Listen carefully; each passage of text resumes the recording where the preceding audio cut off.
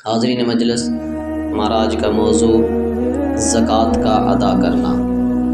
زکوٰۃ کیا چیز ہے اور کس طریقہ سے اس کو ادا کرنا چاہیے، اور اگر اس کو ادا کرتے ہیں تو پھر کیا ہے ہمارے لیے، اور اگر ادا نہیں کرتے تو پھر ہمارے لیے کیا ہے۔ زکوٰۃ وہ مال جو ہمارے پاس موجود ہو اور اس پر 1 سال گزر جائے، اور 1 سال گزرنے کے بعد پھر اس میں سے 2.5% یعنی 100 کے اوپر 2.5% یعنی 2 روپے 2.5 روپے جو ہے ہم نے وہ خیرات کرنے ہوتے ہیں۔ اگر 1 لاکھ روپے ہے تو اس میں سے ہم نے 2,500 روپے جو ہے وہ خیرات کرنے ہیں۔ وہ زکوٰۃ کے جو مصارف ہیں ان کو ہم ادا کریں گے۔ غریب ہے، جو یتیم ہے، مسافر ہے، بیوہ ہے، اس کو ہم زکوٰۃ کے مصارف جو ہیں ان کو ہم زکوٰۃ ادا کریں گے۔ یا پھر کوئی اور بھی جہاں پہ دینی کام ہوتا ہے، یعنی بچے قرآن پاک کی تعلیم حاصل کرتے ہیں، مدارس وغیرہ، وہاں پر جو ہے ہم زکوٰۃ کے پیسے جو ہیں وہ دے سکتے ہیں۔ لیکن ایک بات کا خاص خیال رکھیے کہ مسجد کو زکوٰۃ نہیں لگتی، مسجد کو ہم زکوٰۃ نہیں دیں گے، مسجد کو زکوٰۃ نہیں لگتی۔ ہاں، باقی جو صدقہ وغیرہ ہے اپنی طرف سے جو ہم مسجد کی خدمت کریں گے وہ الگ چیز ہے، لیکن مسجد کو ہم زکوٰۃ نہیں دیں گے، نہ وہ ہماری زکوٰۃ ادا ہوگی۔ اور اللہ رب العزت نے قرآن مجید فرقان حمید کے اندر ارشاد فرمایا، ان الذین آمنوا وعملوا الصالحات، بے شک وہ لوگ جو ایمان لائے اور نیک عمل کیے، واقاموا الصلاۃ وآتوا الزکاۃ، انہوں نے نماز کو بھی قائم کیا اور زکوٰۃ کو بھی ادا کیا۔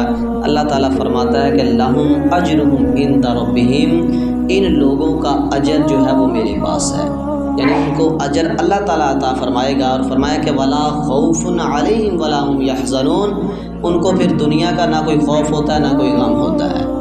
حضرت اب مال جو ہے نا، یہ ہمیں ہر وقت جو ہے ایک پریشانی کے عالم میں رکھتا ہے۔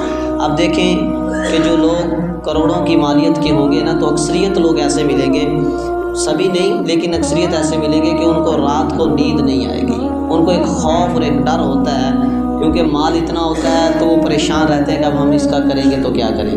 ہاں، لیکن جو بندہ اپنے مال میں سے زکوٰۃ ادا کرتا رہے، اللہ تعالیٰ اس کے مال کو بھی پاک رکھتا ہے اور اس کے مال کی حفاظت بھی فرماتا ہے۔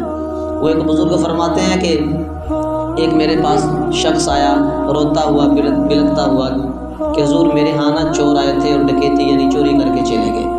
کہتے کہ مجھے بڑی پریشانی اس بات کی ہے، انہوں نے چوری تو کی ہے اور لوگ چوری کرتے ہیں، کئیوں کی چوری ہو بھی جاتی ہے، لیکن میرے ساتھ کچھ عجیب معاملہ ہوا ہے۔ وہ کہتے کیسا عجیب معاملہ؟ کہتے تھے وہ مجھے کہنے لگے کہ ہم جو چوری کر کے تیرے گھر سے جا رہے ہیں نا، اگر تو زکوٰۃ ادا کرتا ہم تیرے گھر میں چوری کرنے نہ آتے، اگر تو زکوٰۃ دیتا۔ کہتے کیا یہ بات ٹھیک ہے؟ تو پوچھنے لگے ہاں تم زکوٰۃ دیتے ہو؟ کہتے میں زکوٰۃ نہیں دیتا۔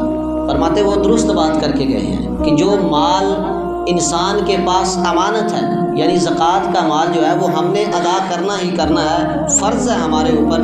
اگر ہم ادا نہیں کرتے تو ہم گناہگار ٹھہریں گے، اور وہ مال جو ہے وہ ہمیں نجات کی طرف نہیں لے کے جائے گا بلکہ وہ ہمیں بربادی کی طرف لے کے جائے گا۔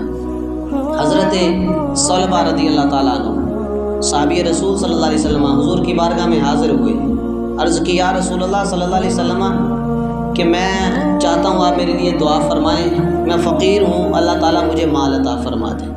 یعنی حضور کی بارگاہ میں حاضر ہو کے انہوں نے عرض کی کہ میرے لیے دعا فرما دیں۔ حضور کریم آقا علیہ السلام نے فرمایا کہ میں دعا نہیں کرتا تو تیرے لیے جو مال ہے نا تیرے پاس، یعنی کم مال جو ہے یہ زیادہ مال سے بہتر ہے، اور تم اسی پر خوش رہو۔ وہ کچھ دیر کے بعد یعنی کچھ عرصہ کے بعد واپس پھر حضور کی بارگاہ میں آئے۔ مال کی جو محبت تھی، جو لالچ تھا ان کے دل کے اندر، وہ پھر حضور کی بارگاہ میں ان کو لے آیا۔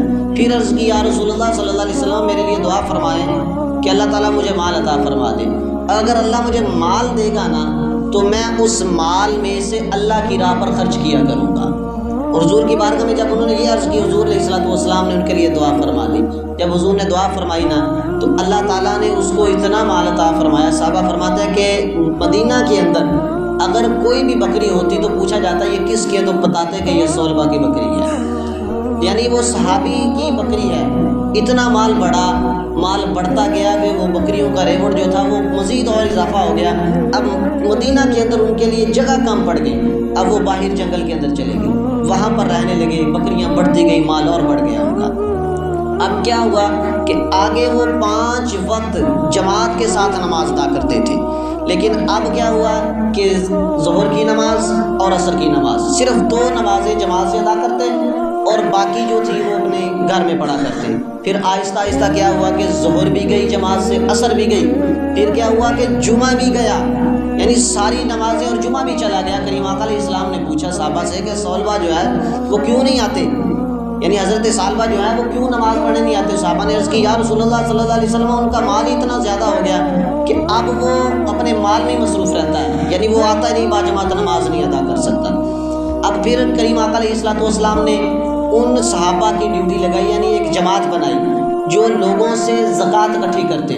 اب انہوں نے سبھی لوگوں سے زکوٰۃ کو اکٹھا کیا، پھر حضرت ثعلبہ کے پاس گئے اور ان سے جا کے کہا کہ کریم آقا علیہ السلام نے ہمیں بھیجا ہے کہ آپ جو ہے وہ زکوٰۃ ادا کریں۔ وہ کہنے لگے کہ یہ زکوٰۃ نہیں ہے، یہ تو ٹیکس ہے، میں اس کے بارے میں سوچوں گا اس کو ادا کرنا ہے یا نہیں ادا کرنا۔ تو کریم آقا علیہ السلام کے پاس صحابہ جب واپس آئے عرض کی یا رسول اللہ صلی اللہ علیہ وسلم وہ تو اس طرح کہتا ہے۔ کریم آقا علیہ السلام نے فرمایا کہ افسوس ہے مجھے کہ وہ اپنا سب کچھ ضائع کر بیٹھا ہے۔ اب دیکھیے کہ کسی وقت میں وہ باجماعت نمازیں بھی ادا کرتا تھا اور کریم آقا علیہ السلام کے پاس بھی بیٹھتا تھا، اب مال کی محبت نے اسے نماز سے بھی دور کر دیا، یعنی کہ جمعہ تک اس نے چھوڑ دیا، یہ مال کی محبت کی وجہ سے۔